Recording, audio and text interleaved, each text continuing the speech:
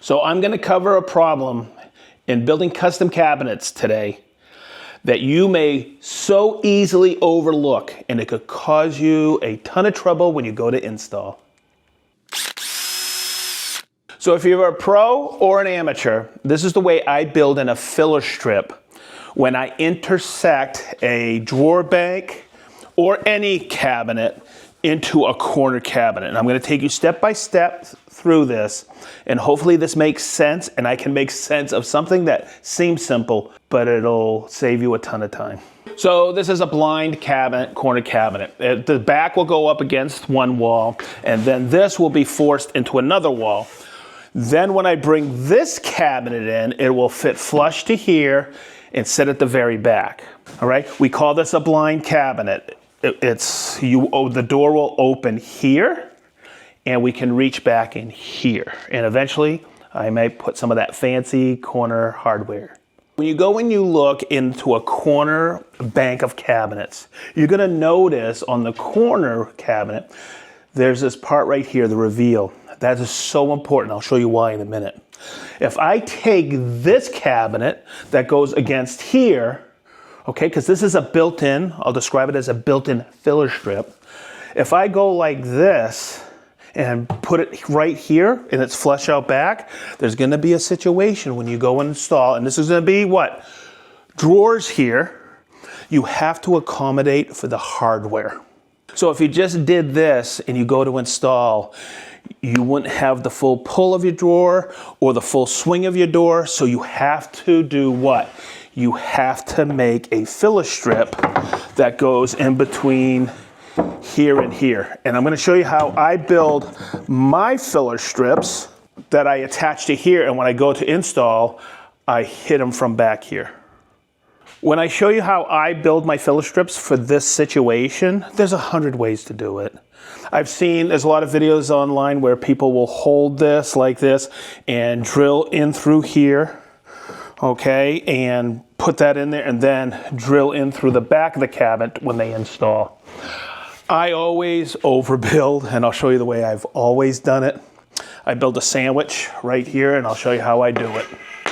As we go through this, I'm just going to use glue and some fasteners and build it out. It's super simple. It's basically an open-end box.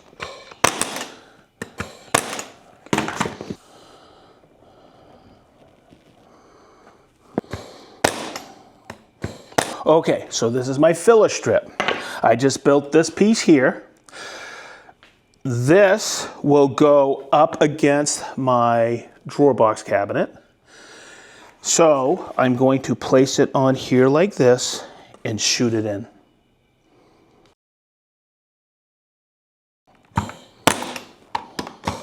And this is what I was getting at overall. This is my filler strip.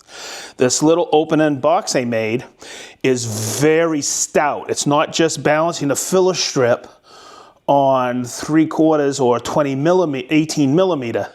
When I go to install this, it'll be really, really stout. So you'll notice I made this slightly narrower. This is piece here, that's gonna go against here. And I wanna attach this prior to installation, so I countersunk right here, and this piece here is a little bit wider.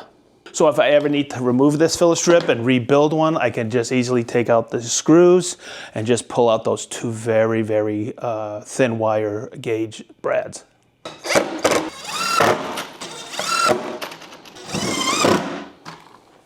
As I bring it in, all right, once I attach it from the inside, and now I have a large attachment spot in there. From the top, you'll see this when we do the install. I'll install like 4 or 5 screws in here. That'll all bring it really nice and tight together. I don't worry too much about spaces or gaps in here right now. That'll all go away. What I am concerned about is knowing my measurements here and here. They are so close, you won't even be able to see the difference in them. And once again, that is a very stout filler strip. So what I'll do now is just throw on a quick coat of prime, and this cabinet is ready for drawer slides, and it's gonna go up to the laundry room pre-install. So whether you're a pro or an amateur, the filler strip is the one part that a lot of people don't really consider a whole heck of a lot, and they should. And hopefully this video covered why. About drawer pulls and knobs and your hardware positioning, swings of doors, and drawer pullouts. You don't want to get interrupted with the hardware. So I just want to make one more point. Sometimes it's these little things that people don't take in consideration, and it can create quite the headache. Now, this is what I want you to do. Before you build your first filler strip, go around your house, go in the kitchen, and look into your corner areas and see where the filler strips are. Look up on the uppers and see how they've done their filler strips. Go up underneath and feel to see if they've done a build out like I did here, or they just use a piece of 3/4.